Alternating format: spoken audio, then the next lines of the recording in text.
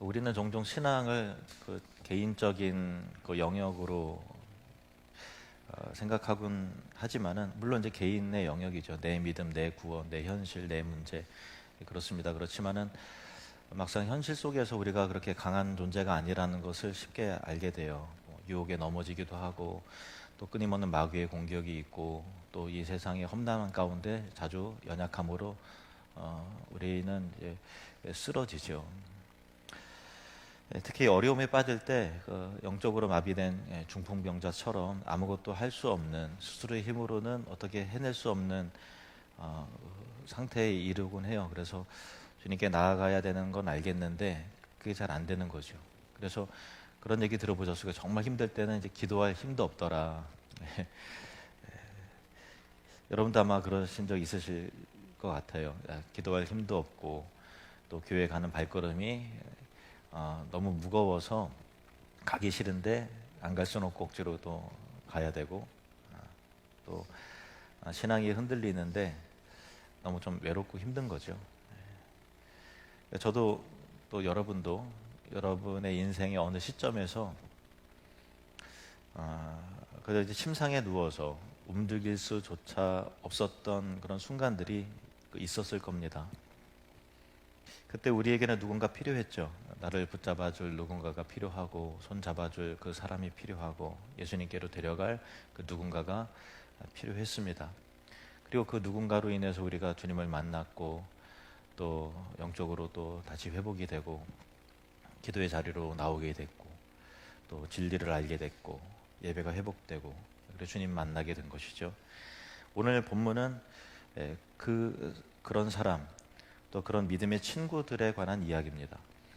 오늘 본문에 나오는 중풍병자는 이제 팔다리가 완전히 굳어져서 예수님께 혼자 힘으로 나아갈 수 없었던 그 상황이었는데요. 예수님께서 많은 병자를 고치시고 진리로 일깨우시고 또 그 병자들의 삶과 영혼을 완전히 고치고 회복시키셨다라고 하는 소문을 듣고 이 중풍병자는 나도 주님을 만나면 정말 좋겠다. 그런데 현실은 스스로 주님께 나아갈 수 없구나 라고 하는 그 절망 속에서 그냥 침상에 누워서 공허한 눈빛으로 천장만 바라보고 있었을 겁니다. 그런데 그의 곁에 다가와서 조용히 손을 잡고 이렇게 말해준 친구들이 있었어요. 우리가 널 예수님께로 데려갈게. 그 친구들은 그를 침상에 눕혀놓고 그를 이끌고 예수님께로 나아갑니다. 그런데 큰 장애물이 있었어요. 예수님이 계신 집 앞에 무리가 너무 많아갖고 도저히 뚫고 그 안으로 진입조차가 불가능한 그런 상태였습니다. 그러니까 누가 생각해 하더라도 다 예수님 만나고 싶죠. 그러니까 비켜달라고 해도 다 예수님을 만나고 싶기 때문에 무리 때문에 도저히 삐지고 들어갈 수 없는 상황 속에서 그냥 포기하고 돌아갈 수밖에 없다고 판단되는 그 순간 한 친구가 제안을 합니다. 야, 저기 위로 올라가서 지붕 뚫고 침상을 내리자. 당시 이제 팔레스타인 집의 구조는 그 위에가 이제 평지붕 구조였어요. 그래서 진흙이나 또 갈대나 나무를 이제 올려놓는 거죠. 평평하게. 그리고 그 지붕은 사람들이 오르내리면서 사용하던 어떤 그 생활 공간이었어요. 우리 아파트형 베란다처럼 더위를 식히거나 또 정한 시간에 그 위에 올라가서 기도를 하거나 그랬던 거죠. 그리고 지붕 위로 올라가는 계단은 보통 이제 집 바깥쪽에 벽을 따라서 이어져 있었는데 좁고 가파른 돌계단식의 그런 그 건축 형식이었습니다. 본문에서 친구들이 중풍병자를 침상째 들고 지붕으로 올라간다는 거는 무게가 실린 침상을 네 사람이 조심스럽게 드는데 이게 생각보다 쉬운 일은 아니잖아요. 가파른 계단에서 균형을 맞추려면 이게 얼마나 힘들겠어요. 그리고 조금도 흔들림 없이 협력해야 되는 힘겨운 과정이었어요. 만약에 삐끗하거나 기울어지거나 실수하면은 병자가 침상에서 미끄러져 떨어질 수도 있는 위험까지 감수해야 했습니다.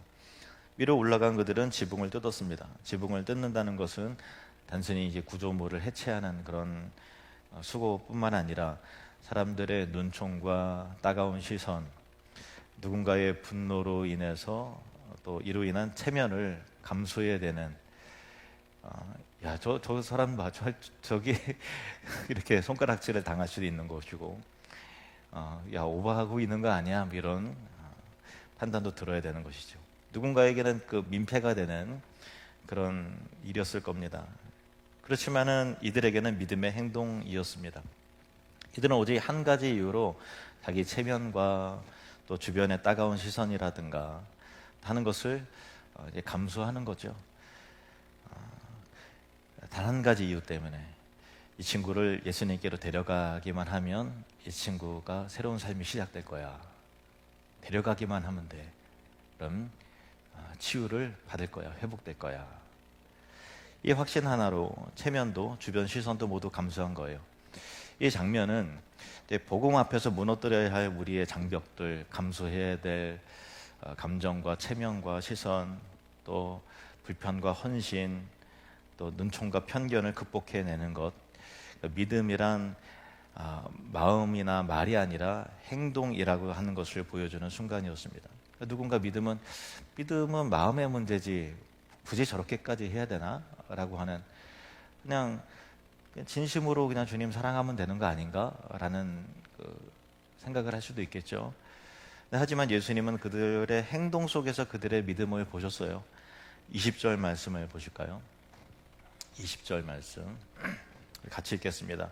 예수께서 그들의 믿음을 보시고 이르시되 이 사람아 내 죄 사함을 받았느니라 하시니, 예수께서 그들의 믿음을 보시고 천장이 열리고 침상이 지붕 앞에서 이렇게 침상째 달아 내려오는 그런 모든 장면을 보시면서 예수님은 그들의 행동 안에 있는 믿음을 보셨다라고 말씀합니다. 여기서 주목해야 되는 것은 단지 그의 믿음이 아니라 그들의 믿음이었다라는 것이죠. 중풍병자 한 사람의 믿음이 아니라 그를 메고 온 사람들, 공동체적 믿음, 함께한 그 친구들의 믿음인 것입니다. 예수님은 공동체의 믿음을 통해서 바로 그 한 사람의 운명과 삶과 그 모든 것을 바꾸셨습니다. 저도 어린 시절 주님 앞에 나올 수 있도록 하기 위해서 동원되었던 수많은 사람들이 있더라고요. 나의 손을 잡고서 교회로 인도해 주신 부모님이 계셨고, 또 환영해 준 교회가 있었고, 주일학교 선생님들이 있었습니다.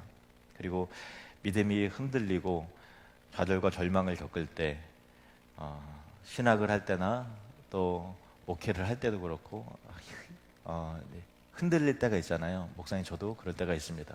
주저앉고 싶을 때 나를 붙잡아준 사람들이 있었습니다. 제 아내가 그랬고, 나를 찾아와준 믿음의 선배와 또 동료가 있었고, 또 여러분이 그러셨습니다. 그들이 나의 침상을 들어주었던 것이죠. 그들의 사랑과 관심, 또 수고와 헌신, 그들의 기도와 믿음을 통해서 저도 역시 주님 앞에 나아갈 수 있었던 것입니다. 내가 지쳐 누운 침상을 들어준 그들이 없었다면, 그 공동체가 없었다면 지금의 저는 없었겠죠. 솔직히 말하면 어느 누구라도 나 혼자 잘나서 여기까지 온 것이 아니라 바로 그 사람들, 그 친구, 그 공동체, 그 교회, 나를 찾아와준 바로 그 사람이 있었기 때문에 저나 여러분이나 지금 이 자리에 있는 것입니다. 여러분의 침상을 누군가 들어주었던 거예요. 그걸 부인하면 안 돼요. 나의 침상을, 내가 지쳐 쓰러져 누웠을 때 내 침상을 기꺼이 들어준 그 친구가, 그 공동체가, 그 사람들이 있는 겁니다. 그리고 여러분이 또 누군가의 침상을 들어주었을 겁니다. 예수님께서는 한 사람의 구원을 위해 함께 수고하고 함께 들고 함께 땀 흘린 공동체의 믿음을 기뻐하셨습니다.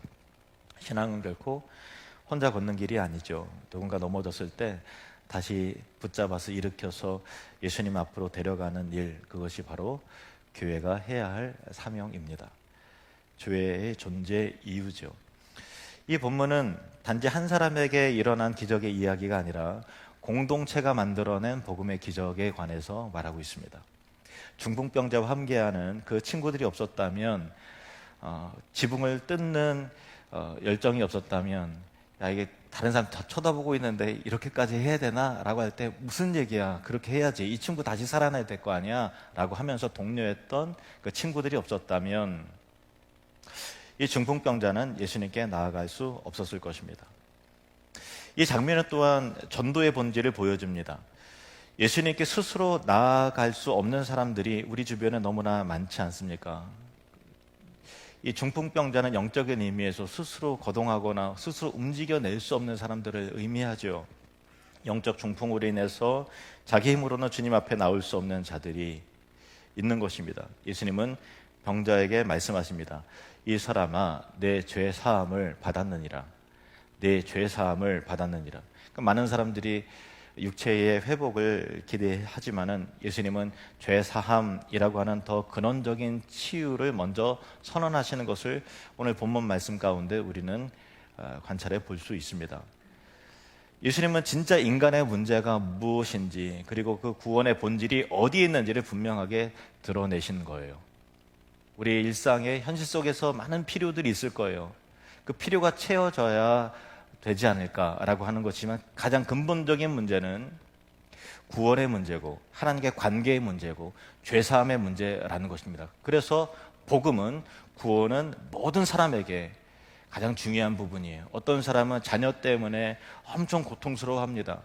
막혀진 자금으로 인해서 엄청난 경제적 압박과 고립을 겪습니다. 깨어진 관계로 인해서 큰 상처가 마음 가운데 있는 사람도 있죠. 그런데 인간의 모든 문제의 궁극적이고 본질적인 뿌리는 하나님으로부터 죄사함을 받아야 되고 하나님과의 관계가 회복되어야 된다라고 하는 그 근본적인 문제 해결이야말로 그 사람에게 있어서 가장 근본적인 영적 필요였다라는 것입니다. 여기에서 예수님의 선언, 내 죄사함을 받았느니라 라고 하는 이 죄사함은 곧 하나님 나라로의 초대, 구원의 시작을 선언하신 것입니다. 예수님께서는 죄사함의 권세, 구원 선포의 권세가 있으셨죠. 그리고 그 권세는 지금도 영혼을 살리고 삶을 새롭게 하고 하나님과의 관계를 회복시키는 능력입니다. 하나님과의 관계 회복 다음에 그 다음의 문제도 주님의 은혜 가운데 풀려지고 막혀진 것이 열리고 하나님께서 보호해 주시는 아버지 하나님의 사랑과 은혜가 나타나게 되는 것이죠. 중요한 건 이 회복이 공동체의 연합된 사랑과 그들의 믿음을 통해서 시작이 되었다라는 것입니다. 혼자 주님 앞으로 나아올 수 없는 병자를 대신해서 사랑으로 들고 수고하고 땀 흘리고 장벽이 막혔지만 포기하지 않고 나아간 믿음의 그 손길들, 바로 그들의 헌신과 수고가 구원의 열매를 맺는 복음의 통로가 되었다는 것을 오늘 말씀이 우리에게 증언하고 있습니다. 오늘 본문을 통해서 우리는 스스로에게 다시 묻지 않을 수 없습니다. 나는 지금 누군가의 침상을 들고 있는가? 교회는 컨디션 좋은 사람이 컨디션 좋지 않은 사람의 침상을 들어주는 겁니다. 교회는 내가 컨디션이 좀 좋아요. 좋을 때가 있고 나쁠 때가 있잖아요. 그러면 컨디션 좋은 사람이 좋지 않은 사람에 찾아가서 밥 사주고 격려해주고 기도해주는 것이 교회입니다. 그리고 내가 컨디션이 안 좋아질 때 누군가 또 다른 컨디션 좋은 사람이 나를 찾아와서 내 침상을 들어주는 것이죠. 나는 누군가를 위해서 계단을 오르고 있는가? 나는 누군가를 살리기 위해서 잠시 체면 내려놓고 있는가? 그것이 우리가 회복해야 될 주님 앞에서의 질문이라고 생각을 합니다. 누군가의 마음이 굳고 근육이 굳고 삶이 마비된 채 누워 있습니다. 그들은 혼자 힘으로 예수님께 나아갈 수 없는 사람들이죠. 그들에게 필요한 것은 침상을 들어주는 사람입니다. 막혀진 것 같을 때 그래도 한번 힘내보자 하고 파이팅을 외쳐줄 수 있는 사람입니다. 오늘 본문 속에 중풍병자의 친구들처럼 말이죠. 그들의 중풍병자에게 많은 말을 하지 않았습니다. 우리가 너를 예수님께로 데려갈까요? 우리가 저 계단으로 너를 올릴 거야. 그리고 예수님께 내릴 거야. 그들의 손과 발, 그들의 땀과 헌신은 복음이 되었고 생명이 되었고 그 친구의 운명을 완전히 바꾸었습니다. 말보다 더 큰 믿음, 말보다 깊은 사랑으로 이 친구를, 이 중풍병자를 예수님께로 인도한 것입니다. 교회란 침상을 함께 되는 공동체입니다. 컨디션 조금 더 좋은 사람이 컨디션 안 좋은 사람을 향해서 기도해주고 응원해주고 봉사해주고 섬기는 것이죠. 그것이 바로 교회입니다. 예수님께서 한 사람 데려가기 위해서 함께 수고하고 함께 땀 흘리고 주변의 시선과 자기 체면을 잠시 내려놓고 그를 주님께로 인도하는 공동체, 우리 교회가 그런 교회이길 소망합니다. 우리 이 자리에도 이 공동체도 그런 믿음의 사람들이 있어요. 늘 있어 왔고 지금도 그렇습니다. 오늘 누림 한마당 야유회가 있잖아요. 있기까지 보이지 않는 곳에서 기도로 준비하고 어떻게 프로그램을 준비할까 고민하고 또 짐 미리 싸고 주문하고 이렇게 준비하고 하면서 누군가의 손과 발이 되어주신 분들이 있죠. 누군가가 더 큰 기쁨을 누리고 더 깊이 공동체를 경험할 수 있도록 하기 위해서 내가 조금 더 젊고 컨디션 좋으니까 침상을 들어주자 하신 분들이 있습니다. 그것이 오늘 본문에서 말하는 믿음의 행동인 것입니다. 또한 이 모든 수고는 예배와 봉사와 전도의 자리로 이어지죠. 우리가 함께 준비하고 기대하는 사랑나는 축제는 자기 의지와 힘으로는 도저히 주님 앞으로 나아올 수 없는 이들이 있어요. 갈망은 있을 거예요. 내가 이렇게 인생을 이렇게 마무리하면 안 되는데, 내 안에 공허함이 있는데, 그 문제 내 힘으로 해결이 안 되는데, 그렇습니다. 어느 누구도 친구야, 나와 함께 교회 가자. 내가 너를 주님께로 데려갈 거야 라고 말해주는 사람이 없는 경우가 많이 있어요. 우리 전도를 하고 또 교회에 등록하신 분들 삶의 스토리를 이어보면은 내가 정말 힘들 때 사람들이 전도 많이 하는 것 같지만 정작 나한테는 교회 같이 가자, 또 예수님 만나야 돼, 이렇게 말해주는 사람이 정말 없었다라고 말하는 사람이 의외로 굉장히 많이 있다는 사실 여러분도 아실 겁니다. 이 사랑나는 축제는 자기 의지와 힘으로는 또 자기 감정으로 멋쩍어서 어느 교회에 가요? 뜬금없이 어떻게 하라는 거예요? 만나고 싶어도 안 되는 거예요. 그 어색함을 뚫어낼 수 있는 그게 안 되는 거죠. 주님 앞으로 나올 수 없는 이들을 침상에 올려서 대신 들고 나아가는 믿음의 자리가 바로 사랑나는 축제가 될 것입니다. 복음 앞에 어떤 장벽이 있을 수 있고 또 우리가 함께 침상을 들고 함께 계단에 오르고 함께 지붕을 뜯는 수고를 멈추지 않는다면 예수님은 우리의 믿음을 보실 겁니다. 예수께서 그들의 믿음을 보시고 이 사람아 내 죄 사함을 받았느니라, 그의 믿음이 아니라 그들의 믿음을 보시고 이 사람아 내 죄 사함을 받았느니라 라고 하는 놀라운 구원의 선포가 이 가운데 충만하게 이루어질 줄로 믿습니다. 오늘 혹시 여러분 마음 가운데 그 사람 꼭 주님께로 데려가야 되는데 라고 하는 사람이, 그 이름이 떠오릅니까? 그 얼굴이 떠오른다면 그 사람을 위한 침상을 들고 기꺼이 계단에 오르시기를 결단하시길 바랍니다. 방해 요소가 있죠.